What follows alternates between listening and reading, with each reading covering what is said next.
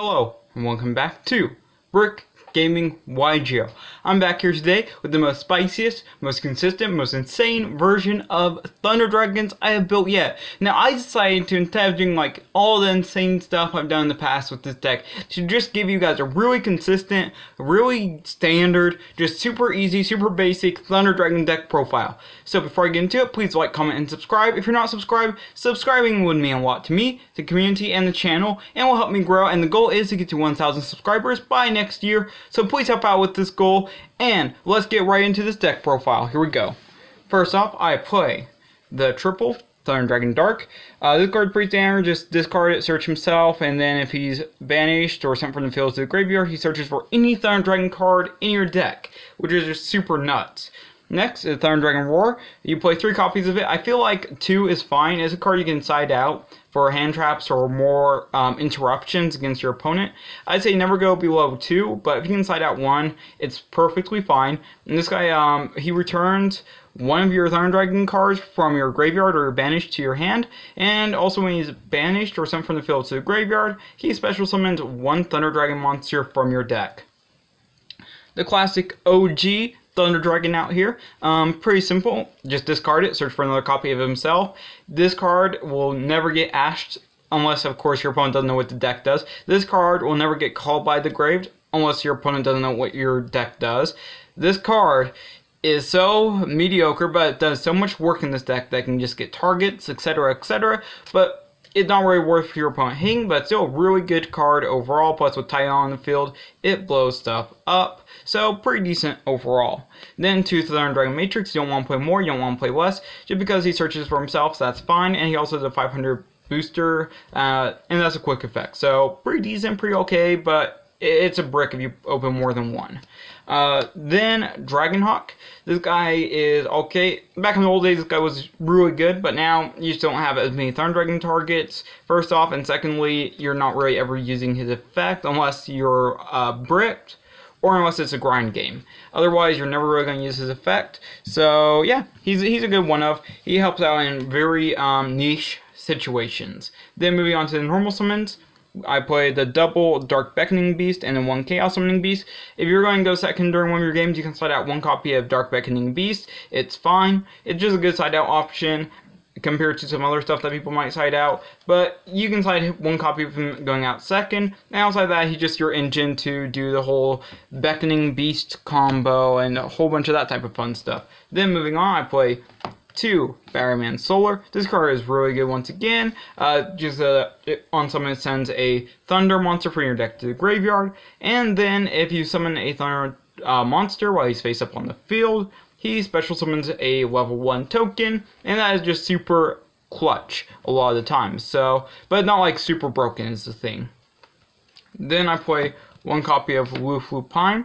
This card is really good as well, but it's also kind of a niche card. You banish 1 monster from your hand, and then you banish 1 from your deck, and both monsters have to have the same type. But this is fine, and it's okay sometimes. I think the secondary effect is kind of interesting, but barely ever comes up. And yeah, it's an okay card overall. It's just you can also cut one of these guys out during side decking for more interruptions. Then moving on to the Chaos package, I play the 1 copy of Chaos Dragon Legionnaire. Just a good one of, you're hardly ever going to grind games where you make more than 1, and even if you do go into those grind games, there are still cards such as Chaos Base that can just fix that entire situation. Then 1 copy of the Chaos Creator, just for the standard 4-card build, I think you should only play 1. But in other builds, I mean, you could play more than 1, but then you're pretty much sacrificing a lot of cards to play the extra copy, in my opinion, because this guy's good, but not all the time. You want to search him out in late games or grind games, and that's when he's really good. Then the 1 copy of Collapse Serpent and the 1 copy of Wyver Buster. Both of these cards just search each other, really nice off of Chaos Base. Really decent card, just free extenders in the deck, and you want to see extenders like him. Then 1 copy of Chaos Valkyria. If I were to boost up any copies of any card in my deck, I would boost up this deck by 1 copy of Chaos Valkyria.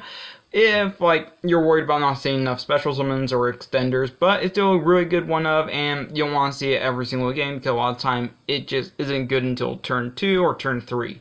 So I would recommend playing 1 copy. Then I play one Chaos Betrayer. This guy's also really good. He his effect is in graveyard versus hand, and he banishes one light or dark from your graveyard and special summons himself. And then if he's special summoned, you can target one card in your opponent's graveyard and banish it. And then this guy's banished when he leaves the field. But this is just off of Curious. Is a guaranteed at least Appaloosa off of Curious with this guy. So yeah, if you guys want to see that combo sometime, I will definitely show it to you. But it's basically like a 1 or 2 card combo to get out Curious and then make a Appaloosa out of the 2 of them.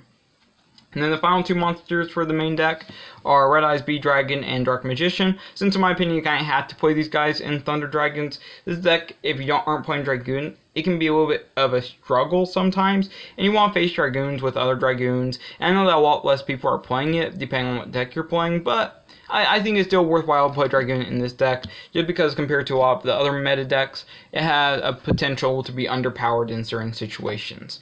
Then, of course, I play 3 Opening of the Spirit Gates.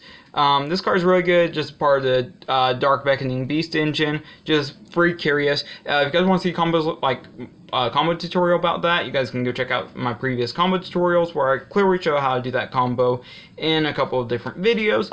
Then I also play Triple Allure. This card, or Triple Allure of Darkness, this card's really good. For this deck, it can be upwards of a +3 or +4 off of this one card, depending on the situation. But this card is just so good in this deck, and I can understand people ash it. I can completely understand that, but it's also good ash bait, so it's fine. Then play 2 Chaos Base, or not 2, 3. You want to play 3, not 2. 3 Chaos Base. This card's really good. Searches for a monster that can't be normal summoned, and then you send 1 light or dark from your hand to the graveyard, and then search the opposite attribute off of this card, and then you can banish it from your graveyard to put back one of your banished monsters that can't be normal summoned, and then you draw a card. Then I play 1 copy of Gold Sarcophagus. Really good. This card is a GG card a lot of the time. It's like Alert, but more specific, and gives you a lot of times a lot more advantage. Then I play 2 Thunder Dragon Fusion. Just really good. I think 2 is good in this build. If you go with like any other variation or variant of this deck, you only play 1, but since it's just pure Thunder Dragons, you play 2. And then finally the 1 Red Eyes Fusion, the 1 major brick in this deck. Everything else, if you open, it's fine. If you open Red Eyes Fusion, you're kind of having a hope for a Dragon Hawk, but once again, it's a really niche situation, so just for that reason, you still don't want to play more than 1 Dragon Hawk. Then moving on to the extra deck, I play 1 copy of Dragoon. Pretty standard. You're never going to make more than 1. Plus, you can also recur off of cards like Chaos Creator, so it's pretty nice. Then I play 2 copies of Thunder Dragon Titan. I think 2 is really good. You're playing 2 Fusion, you play 2 Titans, you can infinitely loop the 2 forever. Then for the Links, I play 1 Link Karibo. Standard, I feel like. 1 Relinquish Anima, also pretty good. Usually it's used for the Curious combo, but in case you don't do the Curious combo or not able to do it, it's still a free monster still, and I don't even know how many times I've resolved it at this point. I've resolved it more times than any normal person should, and it's not because my locals are bad. I have amazing players at my locals. It's just that people forget about this one specific card, and yeah, it's nice when people forget about this one specific card. It feels good. Then I play 1 Link Ross as a Final Link 1. This card is also very good, very strong, very powerful card. Should probably be banned, but it's too good. It's too good to be banned. Then 1 Verte for the first Link 2. This card just makes Dragoon, but can also make Thunder Dragon in case you're not able to summon Dragoon. So it has more than one purpose. 1 Cross Sheep. This card's super nice. If you're able to resolve Cross Sheep, most of the time you're just guaranteed an Appaloosa, guaranteed full combo just about every time you manage to resolve Cross Sheep. And that's only times you're not able to do that is when your opponent Nibiru's you. Then I play 1 copy of IP Masquerena. Once again, another really good card. Big fan of it.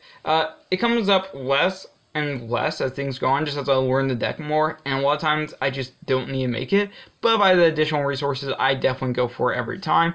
Then I play 1 Nightmare Cerberus. This is also a side out card. You'll see when I get into my side deck, but I play basically the full artifact package. So Cerberus is a side out target. Then I play 1 copy of Phoenix and 1 copy of Unicorn. Both of these cards are really good. And also, and vice versa, if your opponent doesn't really play a backward deck, you can side out Phoenix instead of Cerberus. But that's just a kind of a minor side note. Then I play one copy of Curious, really good card. Probably should deserve a reprint. Like, I mean, for a super rare from all the way back then, just being like $1 or $2, I think that's kind of ridiculous for a card like this. So I would highly suggest a reprint. Konami, please. Please bring Curious to the masses. Then I play one copy of Appaloosa. Really good. You're almost guaranteed to make this card every single game. And then finally one access code. And Konami, also please eventually reprint this card. I want to have like, 10 access codes, maybe 11. Then for the side deck, I play 3 Lancia. This is really good in the mirror match. Really good against like the Shadal Dogma in specific situations. Really good against Eldritch, just shuts them down. Really good against pretty much any deck that banishes dinosaurs. Really good against all of those.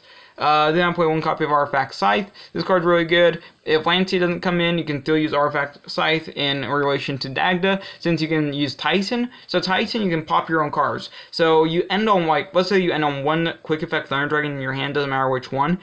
During your opponent's standby phase, you can use his effect, and then pop Scythe or Lancia, depending on whichever one you sided in, or if you sided in both, you can choose. Then summon out Scythe. Walk your opponent out of the extra deck, plus have your full board with Dragoon and pretty much everything you possibly want. And this stops pretty much every single deck that uses an extra deck. This little engine right here stops pretty much every deck with an extra deck, and feels super nice against decks like Dragon Link or Salads, anything along those lines. This just feels super nice against. Plus, I wouldn't really recommend playing Sanctum in this deck. I mean, it's okay, but I would rather go this route and at least then have an additional body on the field that I can keep on using.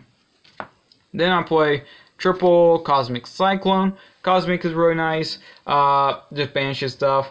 I feel like it's better than Twin Twisters for this deck. I originally thought Twin Twisters was better because of Andre Torres, and also I will be shouting out Andre Torres, of course, shout out to Andre Torres, but I would, instead of going with Twin Twisters, I highly recommend Cosmic Cyclone a lot more. 2 Dark Order, no more, in case, you go up against a combo deck. This is just GG against most of them. And this deck can easily go second and still win, as long as you don't brick. That's the one thing you have to worry about. Then I play triple Evenly Match. This card's still really good. I know a lot of people kind of feel like it's not as good in this format just because either A, deck puts up all negates, or B, the Build-A-Board decks, or not Build-A-Board, but the not Build-A-Board decks, those ones, they just put up like maybe 3 cards max. A lot of them, Dogma, if they get a really good hand, they can put up in the same board. But honestly, I feel like Evenly Matched still breaks so many boards, especially against Dogma, especially against Invoked if they don't have a trap in their hand. Eldritch, oh my god, it just destroys them unless they have, the counter trap. But a lot of people, if they're not playing pure Eldritch, they just don't play the counter trap.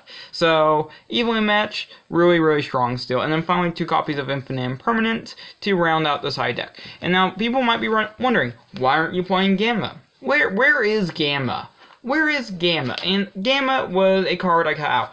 I will put in the main deck, but this is a specifically 40 card build, and I try to cut it to the point of being as consistent as possible in your opening hands. As little inconsistencies as possible, and then just a really good, consistent side deck on top of that. So, if you're wondering about Gamma, is in like every other version of this deck I've played. I played Gamma in every other version, but in this specific version, I just didn't really see a way to easily fit in. But just, if you want to, you can add 4 more cards to the main deck, play Gamma, and you're still perfectly good, and it's just really good going first or second. I just decided to go with a more consistent build, and there are things I could change to manage to put Gamma into a 40 card deck, but I feel like this is still pretty standard. And once again, shout out to Andre Torres, to all my subscribers, to everyone that has helped me out. Please like, comment, and subscribe. If you're not subscribed, subscribing will mean a lot to me. Thank you guys for watching, and I'll see you guys in the next video.